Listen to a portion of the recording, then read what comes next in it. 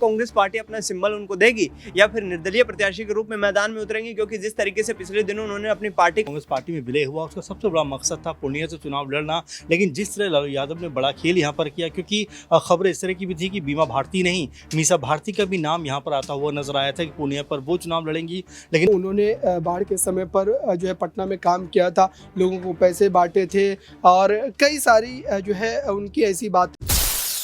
बिहार में का हाल बा, बिहार में सियासी बवाल बा।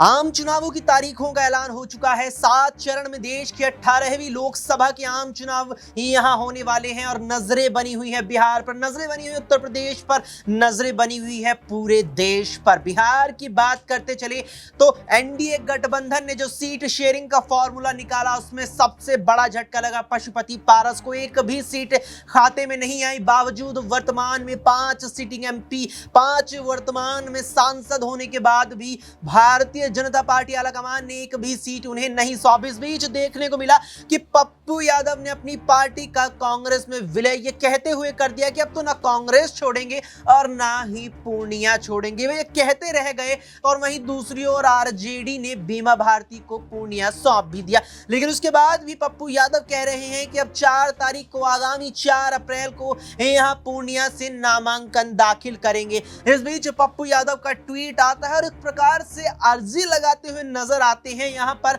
लालू प्रसाद यादव से कि कांग्रेस के लिए पूर्णिया छोड़ दीजिए, मेरे लिए पूर्णिया छोड़ दीजिए, जिससे पूर्णिया संसदीय क्षेत्र पर महागठबंधन, इंडिया गठबंधन के उम्मीदवार बीमा भारती नहीं बल्कि पप्पू यादव कहलाएं। अब ऐसे में माना जा रहा है कि कांग्रेस और आरजेडी के बीच कहीं ना कहीं सियासी तनातनी बढ़ गई है और वो भी पप्पू यादव की इस पूर्णिया की इस मांग के चलते, क्योंकि यहां कांग्रेस में अपनी पार्टी का विलय, कांग्रेस में अपनी एंट्री कहीं ना कहीं पूर्णिया को लेकर ही पप्पू यादव ने की थी। ये तो उन्होंने स्वयं आंकलन किया था कि अगर इंडिया गठबंधन में आ जाते हैं, वहां से उम्मीदवार पूर्णिया के बन जाते हैं तो जीत उनकी लगभग तय है, ये मानकर वो चल रहे थे। लेकिन यहां तो सीट ही खाते में नहीं आई। अब ऐसे में यहां पर पप्पू यादव कहीं ना कहीं यहां तनातनी की स्थिति बढ़ाते चले जा रहे हैं आरजेडी और कांग्रेस के बीच। और ऐसे में यहां पर राहें आसान हो जाएंगी बीजेपी नेतृत्व वाले एनडीए गठबंधन की। इस बीच यहां पर तमाम सवाल हैं जो बिहार के सियासी संग्राम पर उठ रहे हैं और तमाम सवालों के जवाब जानेंगे न्यूज रूम में मौजूद अपने सभी सहयोगियों से। अमन जी सबसे पहले हमारे सहयोगी हैं। अमन जी, जिस तरीके से पप्पू यादव की एंट्री हुई यहाँ पर कांग्रेस में, एकदम से माना गया कि मजबूती मिल गई है इंडिया गठबंधन को, कांग्रेस नहीं छोड़ेंगे ना कभी यहाँ ना कभी पूर्णिया छोड़ेंगे। लेकिन यहाँ तो पूर्णिया खाते में ही नहीं है, बीमा भारती के खाते में चली गई। इस बीच आज यहाँ पर ट्वीट आता है, एक प्रकार से अर्जी लगाते नजर आते हैं लालू प्रसाद यादव से कि कांग्रेस के लिए पूर्णिया छोड़ दीजिए। क्या लालू यादव गठबंधन को मजबूत बनाए रखने के लिए, गठबंधन को बनाए रखने के लिए पूर्णिया छोड़ सकते हैं? देखिए, बिल्कुल इससे पहले भी खबर लगातार इस बात को लेकर थी कि क्या कांग्रेस पार्टी कोई समझौता यहाँ पर करती हुई नजर आएगी, क्योंकि पप्पू यादव का जिस तरह कांग्रेस पार्टी में विलय हुआ उसका सबसे बड़ा मकसद था पूर्णिया से चुनाव लड़ना। लेकिन जिस तरह लालू यादव ने बड़ा खेल यहाँ पर किया, क्योंकि खबरें इस तरह की भी थी कि बीमा भारती नहीं, मीसा भारती का भी नाम यहाँ पर आता हुआ नजर आया था कि पूर्णिया पर वो चुनाव लड़ेंगी।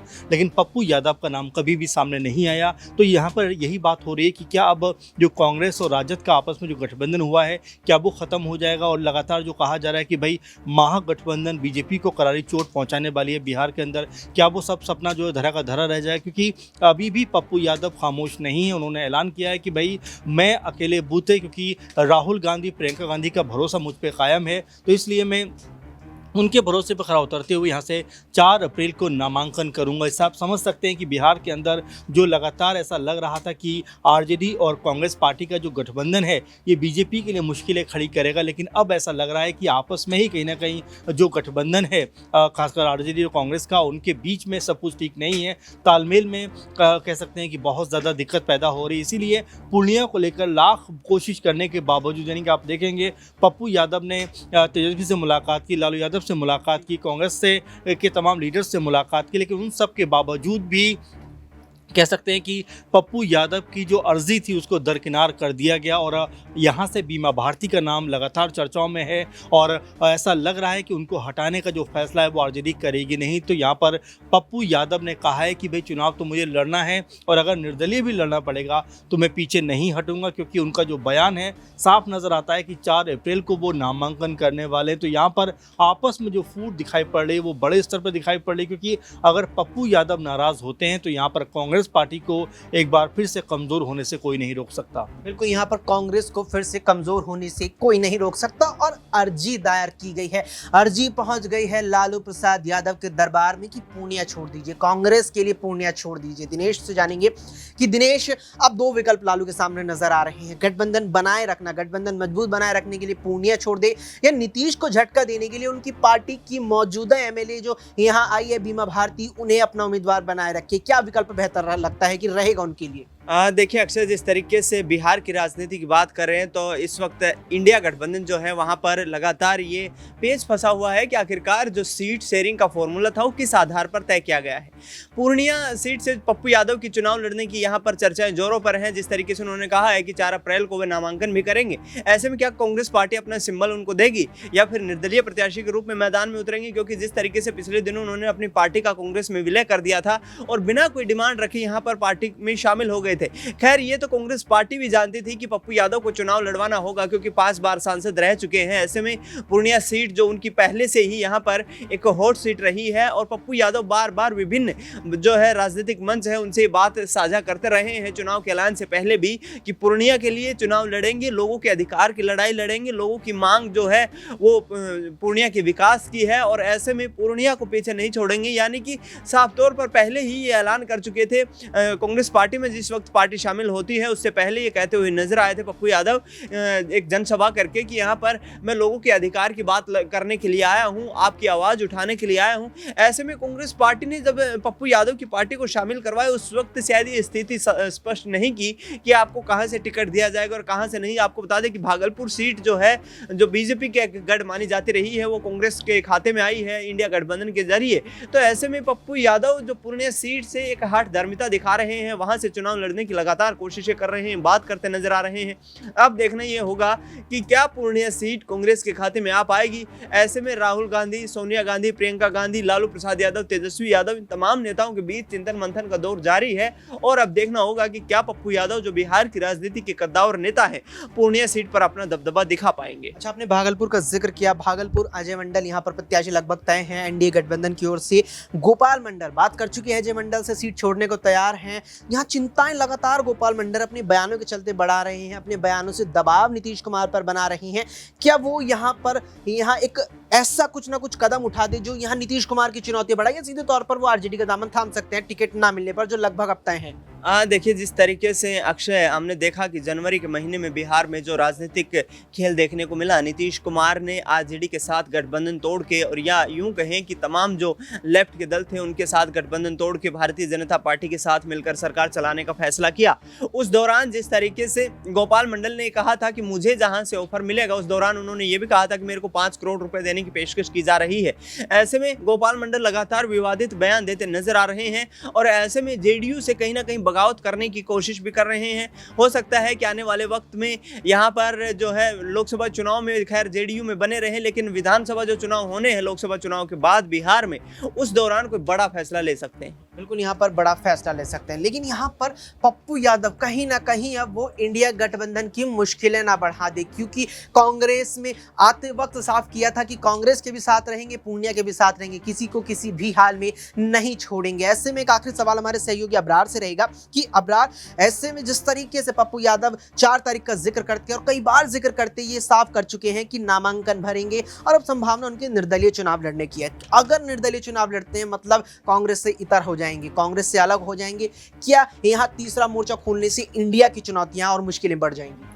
देखिए, पप्पू यादव की जो राजनीति है वो जाहिर सी बात है कि लालू प्रसाद यादव के खिलाफ ही शुरू हुई थी और लालू प्रसाद यादव ने बिल्कुल रणनीतिक तौर पर पूर्णिया सीट से अपने प्रत्याशी को उतारा होगा, क्योंकि वो क्यों चाहेंगे कि बिहार में फिर एक हिस्सेदार जो है वो पैदा हो। और पप्पू यादव जिस तरीके से कड़ी मेहनत करके बिहार में अपनी पार्टी को जो है खड़ा करने की कोशिश कर रहे थे, जिस ढंग से उन्होंने बाढ़ के समय पर जो है पटना में काम किया था, लोगों को पैसे बांटे थे और कई सारी जो है उनकी ऐसी बातें हैं जिसको लेकर जनता के बीच कहीं ना कहीं एक सहानुभूति जो है वो ज़रूर देखने को मिलती है। लेकिन सवाल ये है कि आखिरकार अगर पप्पू यादव ने अपनी पार्टी का विलय कांग्रेस में करवाया तो कांग्रेस पार्टी क्या उस सीट को जो है खाली करवाने में या फिर उस सीट पर आरजेडी को मनाने में विफल रही।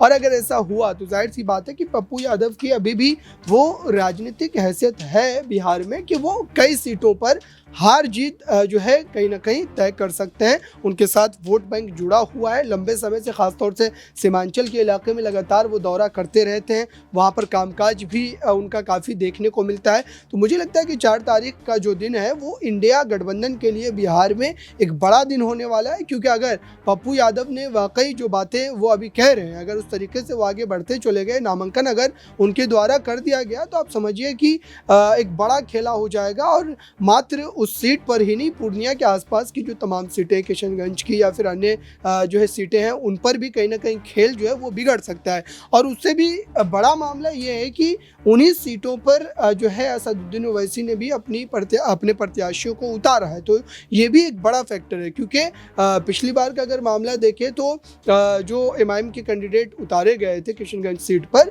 तो उनका काफ़ी वहाँ पर वोट बैंक जो था और वो लगभग दूसरे तीसरे नंबर पर रहे थे। तो इस लिहाज से भी देखा जाए तो इंडिया गठबंधन को ये तमाम बातें जो जहन में रखनी पड़ेंगी, क्योंकि अगर बिहार जैसे राज्य में जो है गठबंधन की ये स्थिति है जहाँ पर सबसे मजबूत नेता लालू प्रसाद यादव, तेजस्वी यादव विपक्ष के माने जाते हैं, तो जाहिर सी बात है कि इसका कहीं ना कहीं असर जो है पूरे बिहार में होगा।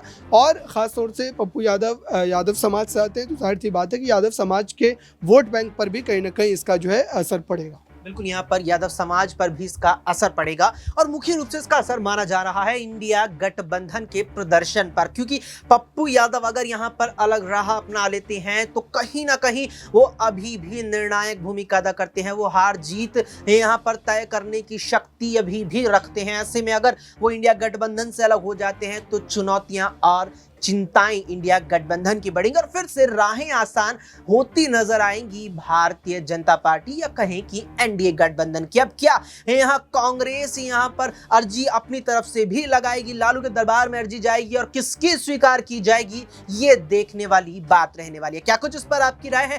कमेंट बॉक्स में हमें कमेंट करके जरूर बताएं। फिलहाल के लिए इस पेशकश में इतना ही। देश और दुनिया की तमाम खबरों के लिए आप देखते रहें SPN9।